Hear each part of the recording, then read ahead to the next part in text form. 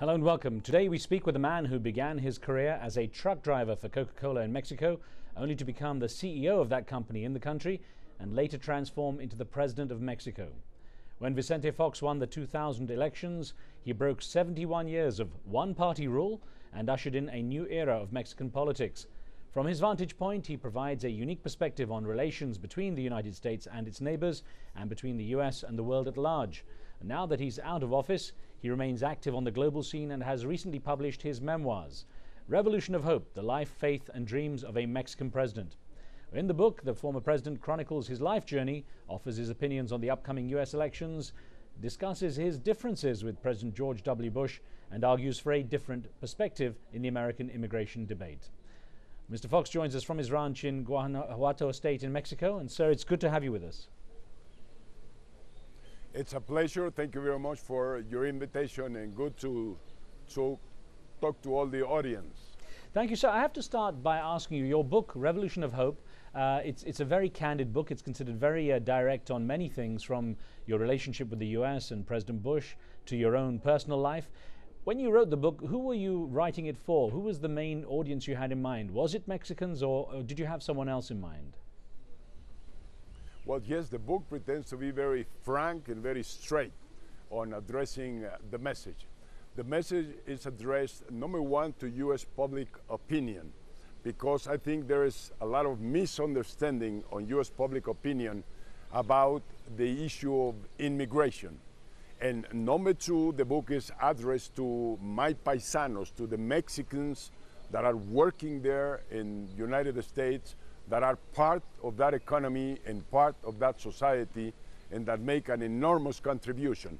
So what I'm trying to bring in is information, accurate information on immigration, so that the debate is founded on real, objective facts.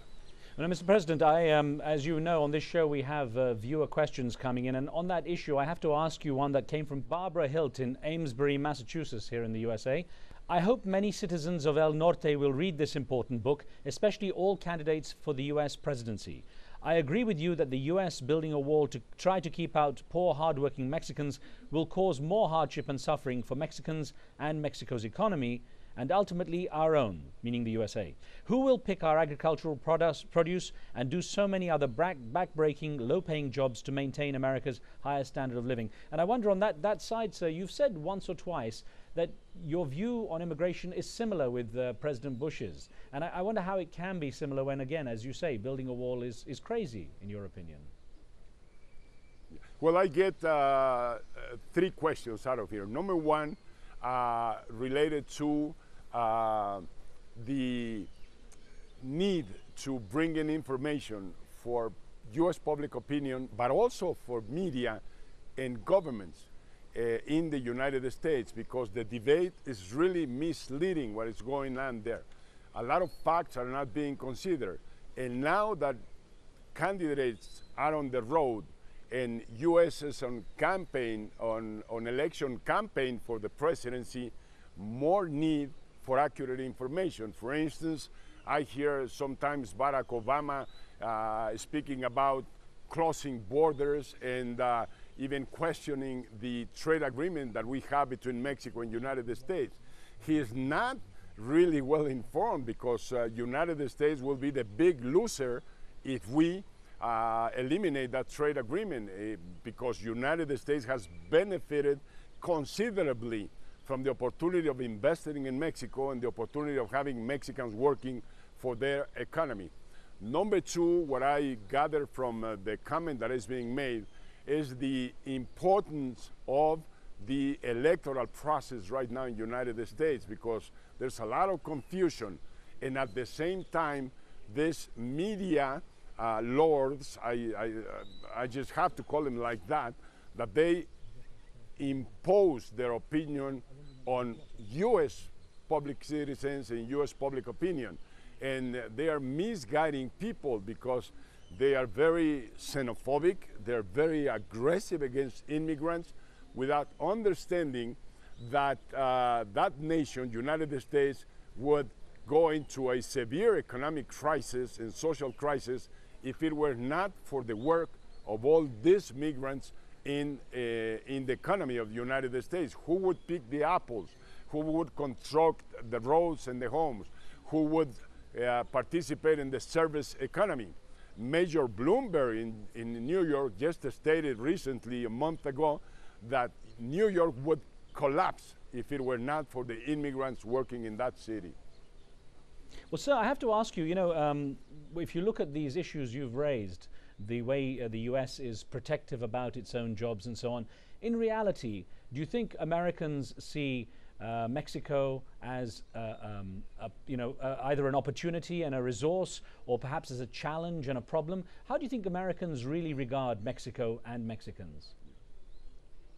Well, part of the problem is the lack of information, because many US citizens don't know that Mexico buys products and services from United States to import into Mexico that have a higher value than all the imports United States make from France, from Brittany, from Italy, and from Germany. So Mexico is a very solid partner of United States. We account for over 200 billion US dollars that we buy of US products. Imagine the amount of jobs that means for US citizens. And many of the ones that are questioning the immigration issue are not aware that maybe their job depends on what is being done by immigrants in that land. They also don't have information, and they don't know that their own economy needs over 500,000 new jobs every year that are not provided by US citizens. That 500,000 new jobs have to come from abroad to sustain the competitiveness of their economy, to sustain their pension plans and their retirement plans for their elderly people, and to sustain the service economy. Well, sir, of course, you went from big business, Coca-Cola, into a presidency, into politics, and politics comes with criticisms. And one email we got here from Mexico, from Carlos Santillan in Lopez Mateos, says, "You stole our hopes twice. First, when you promised that you were going to change the Mexican political system and instead behave just like another corrupt president. And second, when you intervened in the presidential elections of 2006 to achieve the victory of your political party." I ask perhaps you might address this critic. Yes. Well, with all respect, Mexico has deeply changed in the last 6 years. We went from a dictatorship into a democracy. We went from absolute corruption into transparency and accountability. We reduced poverty in Mexico by over 35%. The number of families that overcame poverty through their effort, it was 35% in 6 years. We increased per capita income from $3,500 US up to $8,000 US. Now we are #1 per capita in Latin America. We are #1 size of economy in Latin America together with Brazil. So Mexico has changed. That is an absolute truth. #2, the election process in Mexico. I guess that he's defending maybe the position of one competitor from PRD party, López Obrador, which he claimed that I had intervened in the election. Well, I totally complied with the law, and if anybody has something to say or denounce that I did not comply with the law, I would be waiting to hear that. Because in Mexico, many people want to remain in the past, and they think that the president has to keep quiet, that he cannot participate on anything related to the electoral process or defending his ideology and his principles. And more so, now that I finished my term as president, many people would like me to keep quiet. They would not like me participating in this interview because they say that my time is past. Well, I'm building a presidential library. I have huge objectives and challenges for the future through that presidential library we're building, through writing books, through giving conferences, because I'm a Democrat. I believe in democracy, and I will be totally committed with the enhancement of democracy all throughout Latin America. Sir, I have to give you one other email question that came as a critic from Dr. S. Kaplan in New York in the United States here. And Dr. Kaplan writes saying, the Mexican government is assisting the illegal drug trade and human smuggling into the U.S. They encourage illegal immigration into the U.S., while on the southern Mexican border turn away Central Americans. Mexico complains that illegals in the U.S. are not properly treated, but do not afford foreigners in Mexico an even footing in real estate transactions or driver's licenses. Again, a critic there. Well, with all respect, but all his statements are false.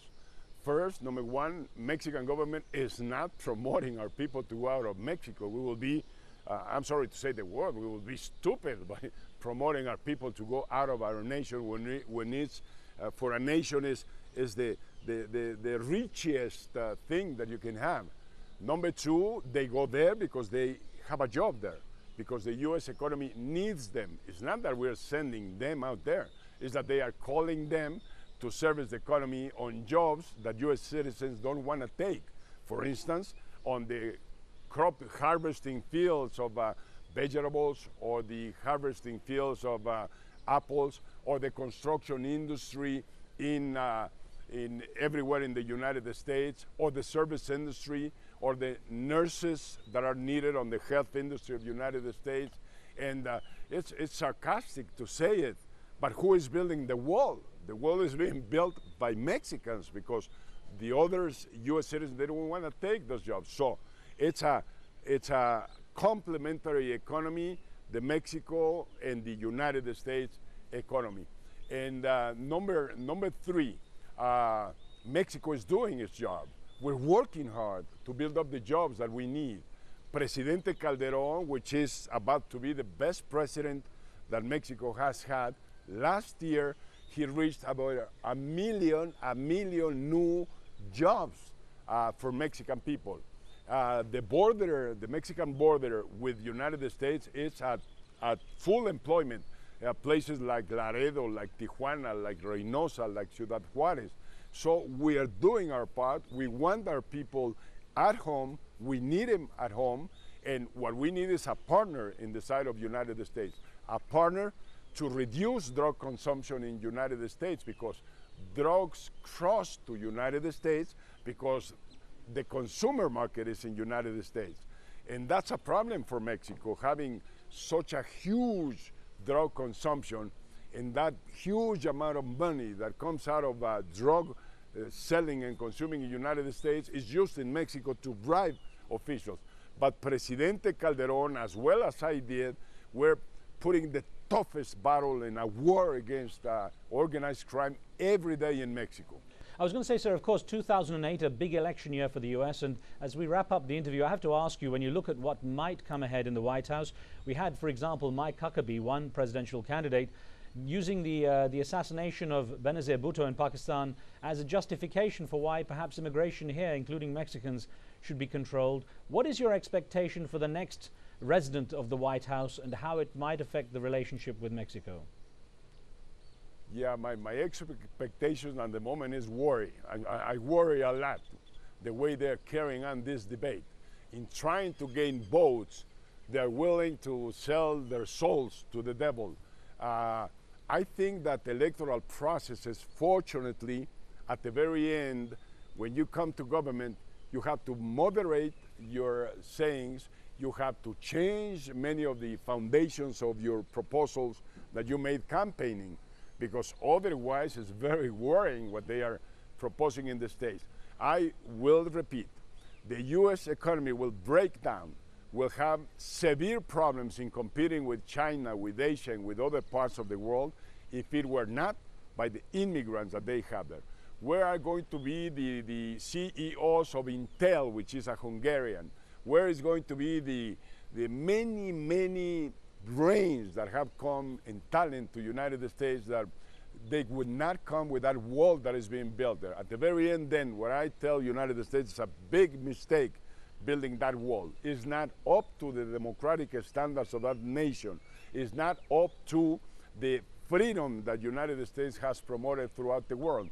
And if they're gonna build up walls for people and immigrants to come in, What happens if Mexico builds walls for those 200 billion US dollars that they are shipping to Mexico, or build walls for the investment that US corporations have in Mexico, very successful with a huge return? What we have to be is partners. We are partners, Mexico, United States and Canada, and this has to be understood by the candidates, and I hope they will understand it.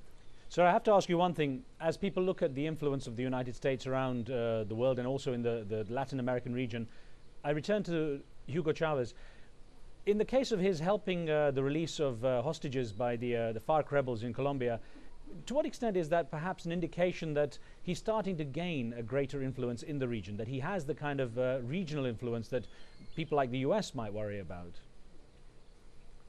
Well, number one, I will see it on the optic of a humanitarian act, and then I welcome and I praise what Hugo Chavez could be doing, and I subscribe could, because I'm not sure where all of this will end up. It's understood here in Mexico that some helicopters are flying into the jungle to rescue those two that are going to be delivered. But at the same time, 2 weeks ago, it was very confusing to hear about Emmanuel and what's going on with him. Now, on the political side or optic, what I see is a Hugo Chavez trying, yes, to gain that leadership that he doesn't have, trying to become the Castro, Fidel Castro of the 21st century, but he's wasting the income of the oil. He's not building an economy. He's not building an education system, a progressive educational system. He's not building a democracy. He's not building checks and balances on his administration.